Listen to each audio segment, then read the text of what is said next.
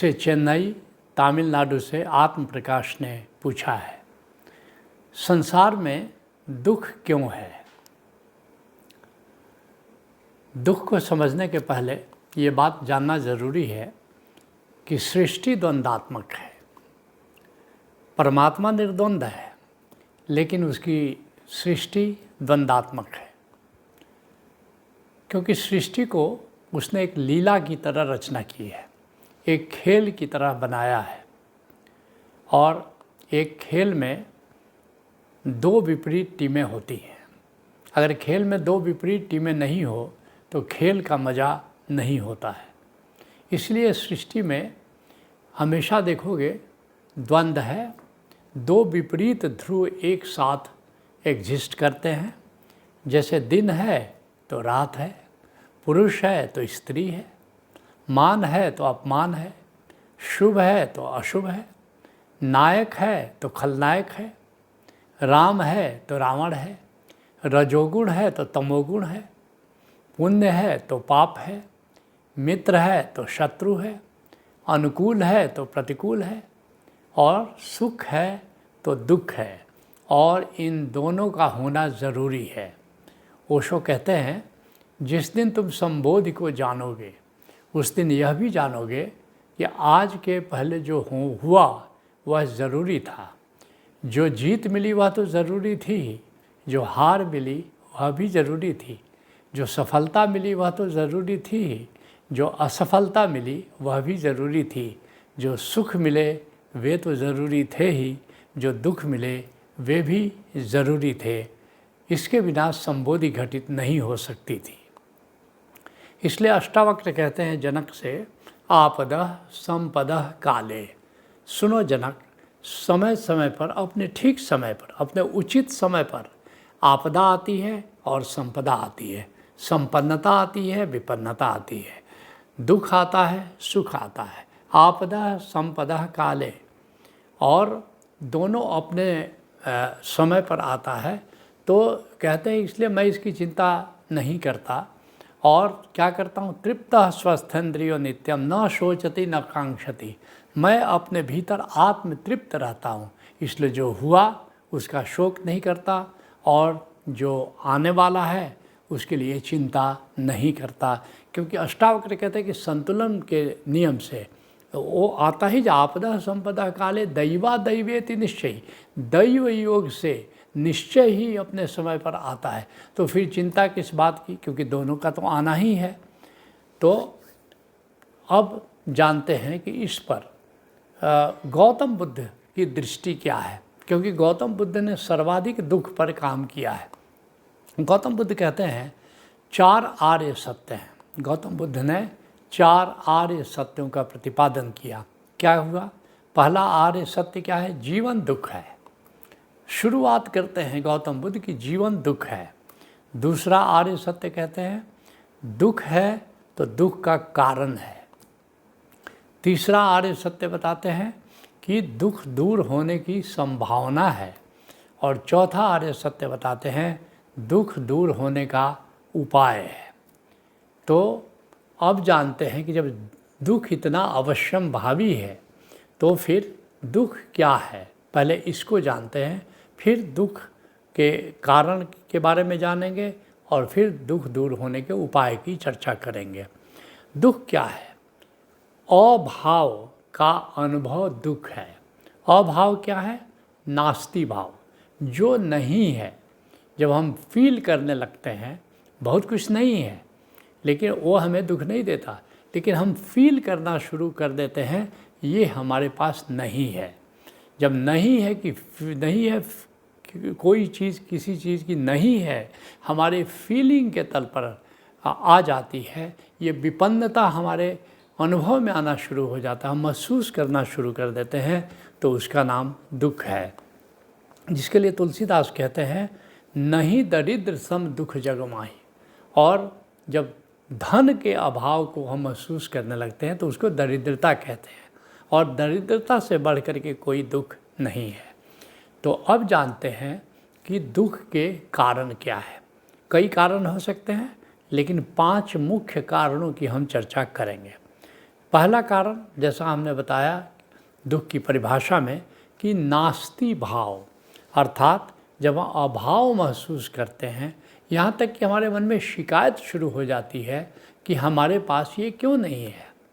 तो अभाव कह लो या शिकायत भाव कह लो, ये या नास्ति भाव कह लो, ये दुख का पहला मुख्य कारण है। दूसरा कारण क्या है? असम्यक दृष्टि। असम्यक दृष्टि क्या है? दूसरे को क्या करना चाहिए, नज़र दूसरे पर है। दुख तभी होगा जब नज़र दूसरे पर होगी कि दूसरे को क्या करना चाहिए, क्या नहीं करना चाहिए। अगर ये इस फीलिंग ने हमको पकड़ लिया तो समझो कि दुख पाना सुनिश्चित है। जो तीसरा कारण है वो है जीवन के केंद्र में जब काम आदि विकार प्रगाढ़ हो जाते हैं, कामना प्रगाढ़ हो जाती है, तो ये कामना हमारे दुखों का कारण है। जो चौथा कारण है जब जीवन शिकायत से भर जाता है, शिकायत ही शिकायत, शिकायत ही शिकायत। इसलिए अक्सर मुझसे तुमने सुना होगा कि वास्तव में ये शिकायत से अहोभाव की यात्रा का नाम अध्यात्म है। अध्यात्म यही करता है कि हमें शिकायत से अहोभाव की ओर ले जाता है। तो जब क्योंकि दुख से आनंद की यात्रा करने के लिए ज़रूरी है कि हम शिकायत से अहोभाव की यात्रा करें, तो जीवन जब शिकायतों से भरा होता है तो फिर दुख का सृजन करता है। और पांचवा जो कारण है कि आदमी बहुत जल्दी दुख पकड़ लेता है। ये गजब की बात है। सुख है तो सुख जब है प्राप्त हो जाता है या जो भी चीज़ प्राप्त हो जाती है उस पर हमारा ध्यान नहीं रहता और हम बड़े आसानी से दुख को पकड़ लेते हैं। ये मनुष्य का सहज स्वभाव है। तो ये 5 मुख्य कारण दुख के हैं। और अब आओ चर्चा करते हैं कि दुख से मुक्ति का उपाय क्या है। तो 5 मुख्य उपायों की चर्चा करेंगे। वैसे और भी छोटे मोटे कई उपाय हैं, लेकिन दुख से मुक्ति के 5 उपायों की चर्चा करेंगे। जो पहला उपाय है वो है सम्यक दृष्टि। सम्यक दृष्टि क्या है? वर्तमान परिस्थिति में हमें क्या करना चाहिए या वर्तमान परिस्थिति में हम क्या कर सकते हैं, उस पर अपना ध्यान अगर हम जमाते हैं तो निश्चित रूप से दुख से हम मुक्त हो सकते हैं। जिसके लिए गौतम बुद्ध कहते हैं, न परेशम विलोमानी, दूसरे का दोष मत देखो, न परेशम कथा कथम, दूसरे को क्या करना चाहिए, दूसरे को क्या नहीं करना चाहिए, इसका विचार मत करो। तो क्या करना चाहिए? औतनो व अवेखे वो कतानी अखतानी च, मनुष्य को चाहिए कि वो अपना ही विचार करे कि वर्तमान परिस्थिति में हम क्या कर सकते हैं, हमें वही करना चाहिए। जो दूसरा उपाय, मुख्य उपाय मुक्ति का है, वो है पुरुषार्थ करें।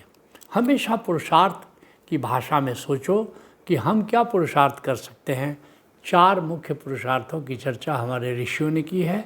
वो है अर्थ, धर्म, काम और मोक्ष। हर व्यक्ति को कुछ अर्थोपार्जन करना चाहिए, क्योंकि जीवन की आवश्यकताओं की पूर्ति के लिए अर्थोपार्जन जरूरी है। दूसरा पुरुषार्थ क्या है? धर्म। धर्म का अर्थ है कुछ पुण्य कार्य, कुछ परोपकार, अर्थात जो भी हमारी आमदनी है उसको कुछ हिस्सा हमें परोपकार पर अवश्य खर्च करना चाहिए, सेवा में लगाना चाहिए। जो तीसरा पुरुषार्थ है वो काम। जो अपनी आवश्यकताएं हैं जीवन की, अपने परिवार की आवश्यकताएं हैं, बच्चों की आवश्यकताएं हैं, तो उन आवश्यकताओं को पूरा करने का प्रयास करना चाहिए। और फिर चौथा पुरुषार्थ है, और ये मुख्य पुरुषार्थ है, वो है मोक्ष। मोक्ष क्या है? आत्मतृप्ति, अर्थात कि अपने सुख के लिए हमको किसी बाहरी तत्व पर निर्भरता नहीं है। अब भीतर भीतर हम तृप्त हैं, आत्मतृप्त हैं, आत्मकाम है, उस स्थिति का नाम मोक्ष है। तो ये 4 पुरुषार्थ में हमको अपने जीवन का, अपने समय को, अपने ऊर्जा को लगाना चाहिए। ये हमें दुख से मुक्त करता है। जो तीसरा मुख्य उपाय है वो है कि हम अहोभाव में रहें, ग्रैटिट्यूड में रहें, है भाव में रहें, अस्ति भाव में रहें। और इसके लिए ओटमैन ने एक बड़ी अच्छी किताब लिखी है, काउंट योर ब्लेसिंग्स। अपना जो वरदान तुमको मिला हुआ है, जो तुमको गिफ्ट मिला है, जो तुमको उपहार स्वरूप जीवन में मिला है, उस पर ध्यान दो। और ओटमैन कहता है कि सूची बनाओ कि क्या क्या तुम्हारे पास है, और तुमको देख करके आश्चर्य होगा कि प्रतिदिन वो सूची तुम्हारी लंबी होती जा रही है। और जितना अपने ब्लेसिंग्स पर आपका ध्यान रहेगा, उतना ही आप दुख से मुक्त होते चले जाएंगे। और जो चौथा मुख्य उपाय है, वो प्रकृति से नाता जोड़े। परमात्मा ने इतनी सुंदर सृष्टि बनाई है, और निश्चित रूप से हम बच्चों का उतना ख्याल करता है। ये हमारे खिलौने हैं। जैसे बच्चे को माता पिता खिलौना देते हैं, ऐसे ही प्रकृति जो है परमात्मा की ओर से दिया गया इतना सुंदर सुंदर खिलौना है। ये नीला आकाश, ये वृक्ष, ये हरियाली, ये नदी, ये सागर, ये झरने, ये पंछी, कितना कुछ खिलौना हमें प्राप्त है। तो प्रकृति से जितना हम जुड़ते हैं, उतना ही हम दुख से मुक्त होते चले जाते हैं। और पांचवा मुख्य उपाय है, वो है आत्मिक जीवन जिए। हम सामान्यतः आत्मा से कट करके जीते हैं, आत्मज्ञान नहीं है, आत्मा का पता नहीं है। लेकिन किसी संत से जुड़ करके आत्मज्ञान प्राप्त करिए, अपने भीतर स्थित आत्म तत्व को जानिए और आत्मस्मरण में जीना शुरू करें। जितना आप आत्मस्मरण में जीना शुरू करेंगे, उतने ही ज़्यादा आप दुख से मुक्त होंगे और आपकी यात्रा आनंद की दिशा में शुरू होगी। नॉलेज।